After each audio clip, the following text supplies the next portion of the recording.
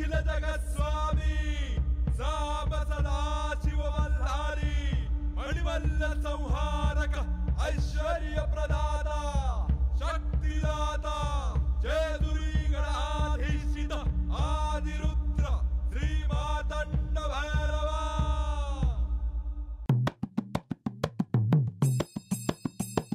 जय देवा जय देवा जय देवा जय देवा जय देवा जय शिव मार्तंडा।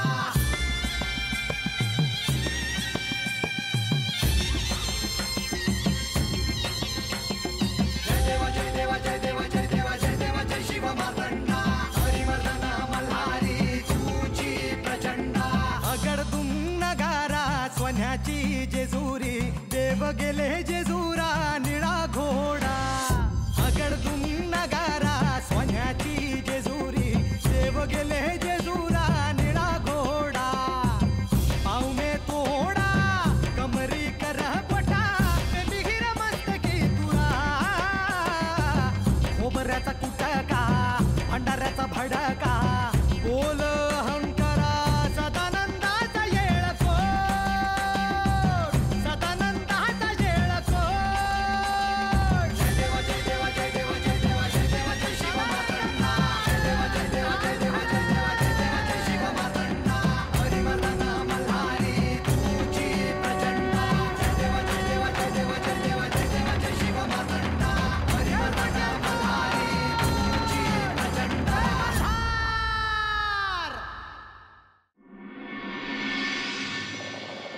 देवा, यावेळी आपण सांगून देखील मला श्री म्हाळसादेवींना नाही थांबवता आलं। आपल्याला गहन ध्यानातून बाहेर यावं लागलं। तसा काय विचार करता माधवा? पण परम नियती पहा, माझी आणि म्हाळसेची भेट बानूच्या वाड्यात व्हावी ही शिवलीला आहे। हळूहळू त्यांच्या अंतर्मनावरचे एक एक पदर दूर होत आहेत आणि त्यांच्या पुढे अंशाने सगळं काही उलगडत जात आहे। ही शुभचिन्ह आहेत देवा। पण मला बानूचं आश्चर्य वाटतंय। ती मला भेटायला आली, पण तिने वचन दिल्याप्रमाणे जेजुरीची कक्षा मात्र ओलांडली नाही। तिला जो वियोग होतो आहे, तुम्हाला त्याबद्दल काहीतरी विचार करायला हवा। पण आधी रिद्धी सिद्धी यांची भेट घेऊया। ब्राह्म मुहूर्त जवळ येतो आहे।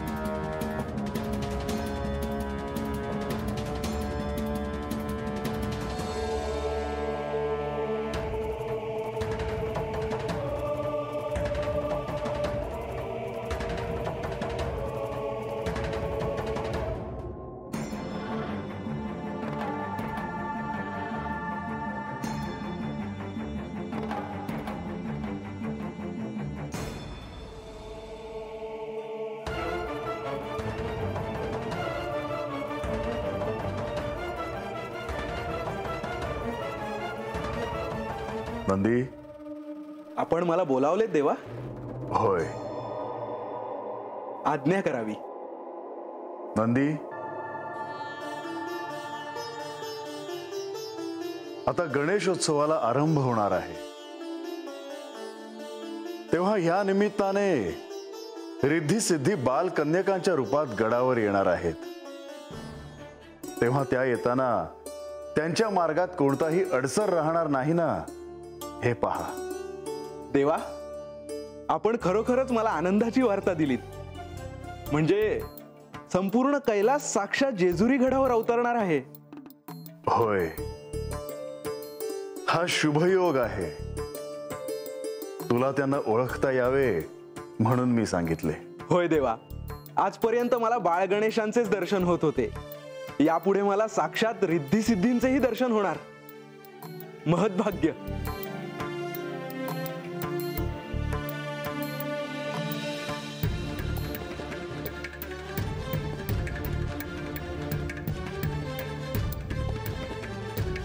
नंदी, त्या येताना त्यांना थांबवून कोणी काही विचारणार नाही ना, ह्याकडे लक्ष दे। होय देवा। आणि म्हाळसेला त्या गणेशाच्या अर्धांगिनी आहेत हे स्वतःहून सांगू नको. नाही देवा, आपली अनुमती नाही तोपर्यंत ती गोष्ट मी त्यांना कळू देणार नाही. नंदी, ये आता. होय.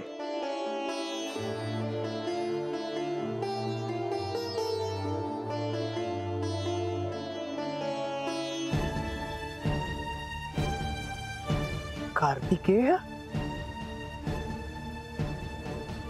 माझा नमस्कार स्वीकार करावा. आपण इथे? गणेशाला पाहता यावे असं वाटलं म्हणून आलो होतो. मग आपण आत राजवाड्यात यावे. नाही मुनिवर, त्याची अनुमती मला नाही. असे कसे? मी बोलतो श्री खंडेरायांशी. त्याचे कारण मला ठाऊक आहे. मातेच्या समोर मी गेलो होतो तेव्हा मातेला काहीतरी स्मरण होऊन भोवळ आली होती. त्यामुळे मी इथेच थांबेन आणि जाईन. राजवाड्याच्या शिखराला पाहिले तरी साऱ्यांना भेटल्यासारखंच आहे. नारायण नारायण. गणेशाचा उत्सव सुरू होणार याचं स्मरण मला होतं म्हणून मी आलो होतो. मुनिवर, येतो मी.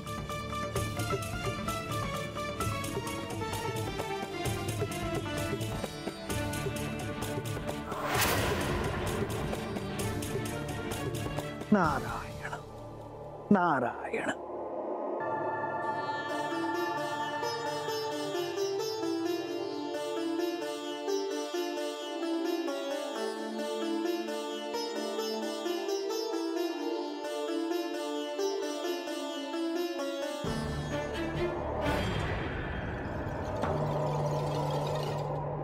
तुम्ही?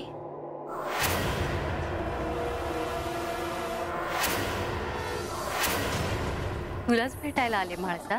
आज मला असं काही सांगू नका ज्याने माझं मन अस्वस्थ होईल.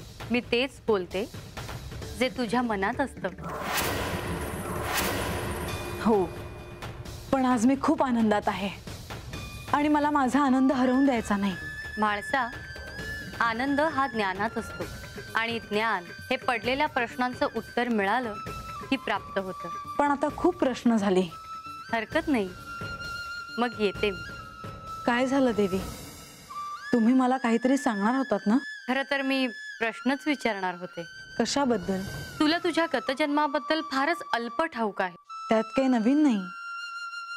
मग तुझ्या मनात असा प्रश्न का नाही पडला की जर श्री महादेव विवाहित होते तर त्यांना पुत्रप्राप्ती झाली होती का? आणि जर हो तर त्यांच्याविषयी तुला काहीच कसं नाही ठाऊक?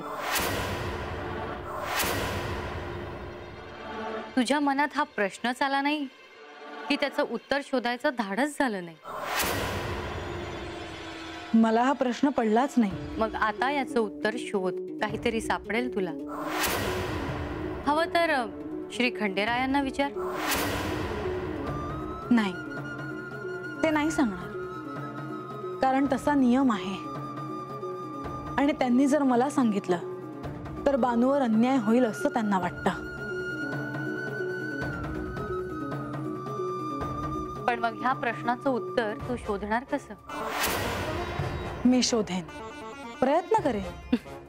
न जाणू, ह्या प्रश्नाचं उत्तर शोधता शोधता तुला सत्य उमजेल आणि तू श्री खंडेरायांसोबत कैलासात जाशील. देवी, आज तुम्ही खरंच शुभवार्ता घेऊन आला आहात.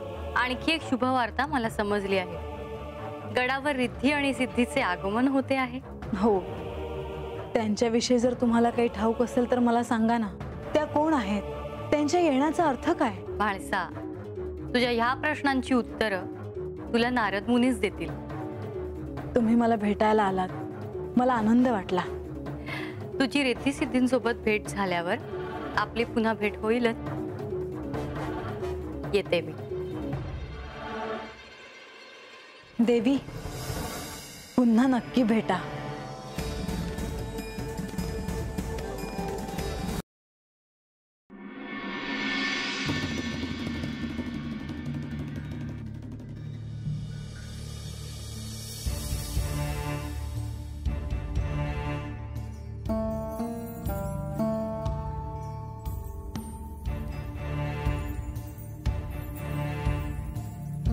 अजून जागा आहेस तू? हो. मग आता विश्रांती घ्या. क्षमा असावी. पण कशाबद्दल? आपण ध्यानात असताना मानाईच्या वाड्यात जाण्यापासून मी मातेला थांबवू शकलो नाही. तू हस्तक्षेप केला नाहीस हे उत्तम झाले. गणेश, तुझ्या स्वरूपाविषयी म्हाळसेला कुतूहल आहे. तिला ते काहीच ठाऊक नाही, पण तिने मला ते सांगण्याचा आग्रह धरू नये म्हणजे झालं. आपण वनात जाताना तिला सांगून गेला असता तर कदाचित हे घडले नसते. सांगता येत नाही, कारण तिला तिच्या गुप्तचराने बानू आकाश मार्गाने जेजुरीकडे येत आहे असे सांगितले. पण आता ती शांत आहे ना? होय. गणेश, रिद्धी सिद्धी आपल्या उत्सवाच्या निमित्ताने येणार आहेत हे मी म्हाळसेला सांगितलं आहे.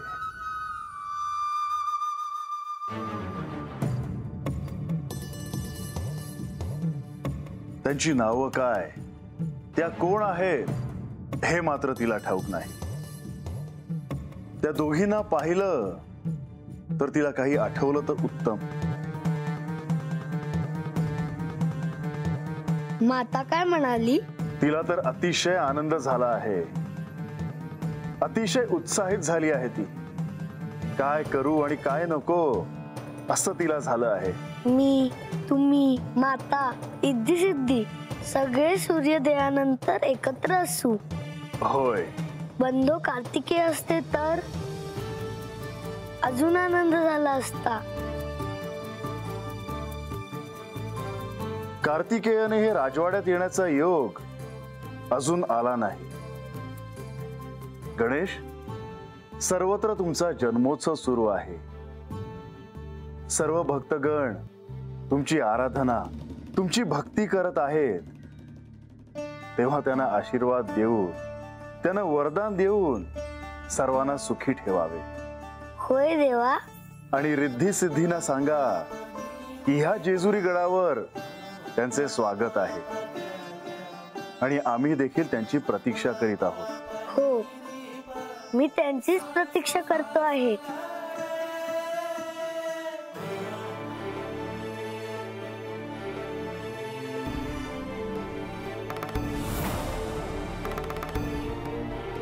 प्रणाम मुनिवर. नारायण नारायण. आपले दर्शन झाले. राजवाड्यावर लगबग आहे. काय वार्ता आहे? माघ मासातील श्री गणेशाचा उत्सव सुरू होतोय. जेजुरी गडावर बाल स्वरूपात श्री गणेश निवास करतायत. त्यांचे दर्शन घडावे म्हणून चाललं होतं. मुनिवर, मलाही श्री गणेशांचे दर्शन व्हावे याकरता मी काय करू? मल्लराज, श्री गणेशांची कृपा असेल तर तुम्हालाही त्यांचे दर्शन घडेल. मला आजही युद्धाच्या वेळी श्री गणेश आले होते ते आठवते, पण आम्ही असुरांनी त्यांचे बाल स्वरूप पाहून त्यांना कमी लेखले. पण त्याही वेळी त्यांनी आमच्यातल्या काही महत्वाच्या असुरांना यमसदनी पाठवले होते. जे घडायचे ते घडून गेले. प्रत्यक्ष शिवाने तुमच्या मस्तकावर त्यांचे चरण ठेवले. आणखी काय हवे? या जेजुरी गडावर घडणाऱ्या सर्व उत्तम क्षणांचे आपण साक्षीदार असणार आहात. आपण गडावर चालला आहात तर माझा नमस्कार श्री गणेशांपर्यंत पोचवावा. अवश्य.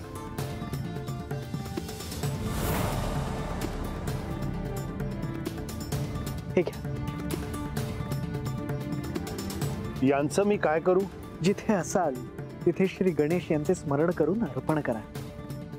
तुमचा नमस्कार त्यांच्यापर्यंत पोहोचेल. नारायण नारायण. तुम्ही विश्रांती घेतली नाही. रात्रभर जागे आहात. देवी, तुमचं देखील तसंच आहे. काही काळ विश्रांती घ्या. अहो, ब्राह्ममुहूर्त जवळ आला आहे. आता रिद्धी सिद्धी येणार म्हटल्यावर त्यांच्या स्वागताची पूर्वतयारी करायला हवी. माघ महिन्यात श्री गणेश यांचा जन्मोत्सव आहे आणि ह्या शुभ मुहूर्तावर त्यांच्या अर्धांगिनी त्यांना भेटायला स्वतः इथे येत आहेत आणि ते देखील बाल स्वरूपात. अद्भुत योग आहे हा. त्यांना पाहून म्हाळसाला काही स्मरण झालं तर उत्तम. कदाचित तसं घडेलही. काहीही झालं तरी त्यांनी कैलासात एकत्र दीर्घकाळ व्यतीत केला आहे. त्यांना काहीही आठवू शकतं.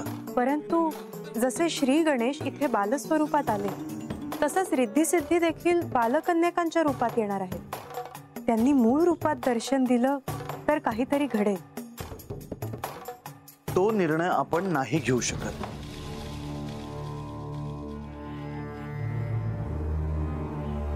कारण तो निर्णय सर्वस्वी श्री खंडेराय आणि गणेश यांचा असेल. बर, आपण दोघांनी त्यात हस्तक्षेप नको करायला. महत्वाची गोष्ट ही आहे की ह्या निमित्तानं गडावरचं वातावरण बदलेल. श्री खंडेराय आणि श्री म्हाळसादेवी यांच्यात जे वाद झाले आहेत त्यातून बाहेर पडण्यासाठी लोकांना सहाय्य होईल.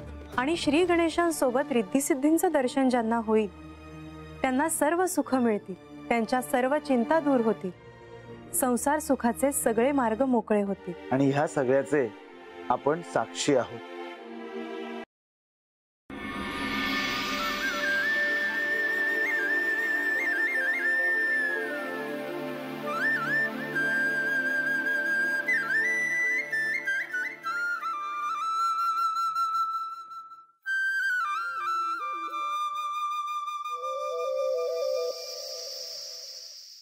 काय कसला विचार करतीयस? तुला राग तर नाही ना येणार? आता तुझ्यावर रागून म्या काय करू ग? जेजुरीत आख्यानात गणेश होत, त्यांची मला आजच का आठवण यावी?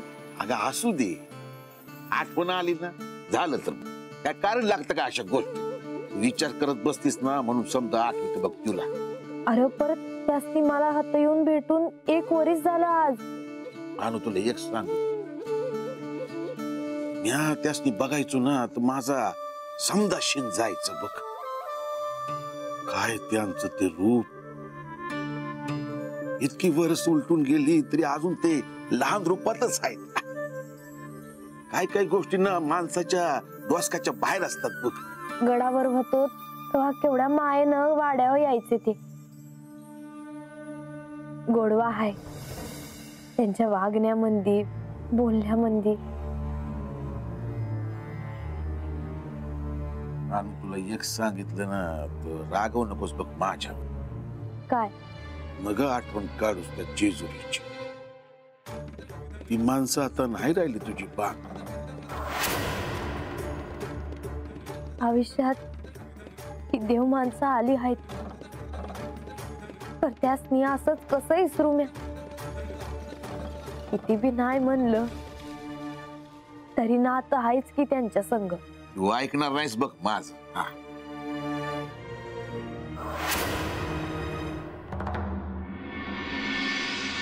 नारायण नारायण.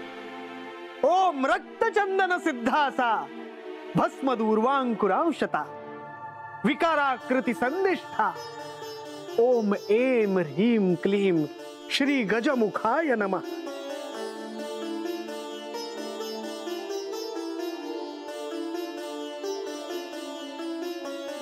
क्षमा असावी, आज अवेळी चालू. अवेळी? मुनिवर, गणेशोत्सव सुरू झाला आहे. सृष्टीत शक्ती, चेतना जाग्या झाल्या आहेत. सगळीकडे मंगलमय वातावरण झालं आहे. गणेशांच्या जन्मोत्सवात त्यांच्याच आशीर्वादामुळे सगळ्या अशुभ शक्ती क्षीण होणार आहेत. नारायण नारायण. मुनिवर, तुम्ही इथे आलात ह्यात काही आश्चर्य नाही. परंतु तुम्हाला आज इथे श्री गणेशांसोबतच आणखी कोणाचं तरी दर्शन घडणार आहे. श्री गणेश आणि या जन्मोत्सवात आणखी कोणाचे दर्शन? श्री गणेशांच्या अर्धांगिनी येणार आहे.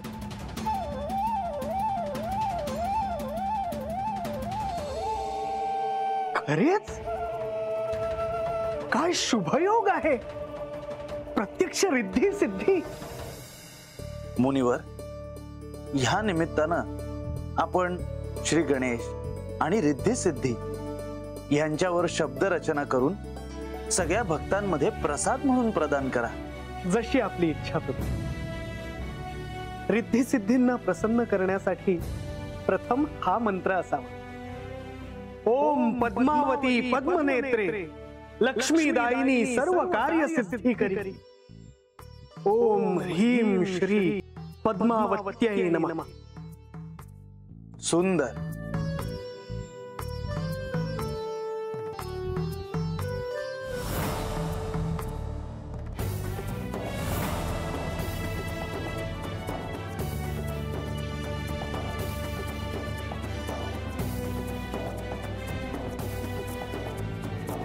गणेश, तू इथे असा का बसलायस ते ठाऊक आहे मला.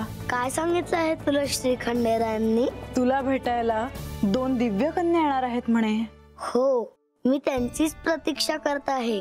तू विश्रांती घे, अजून ब्राह्ममुहूर्तही झाला नाही. पण मी झोपी गेलो आणि त्या आल्या तर मी काय करू? असं नाही होणार, मी स्वतः तुला जाग करेन. नक्की? हो. बरं मला सांग, त्यांच्यासाठी काय करू? जे मला आवडतं तेच त्यांना आवडतं, म्हणून तू तेच कर. बरं, मग भोजनाला मोदक करू?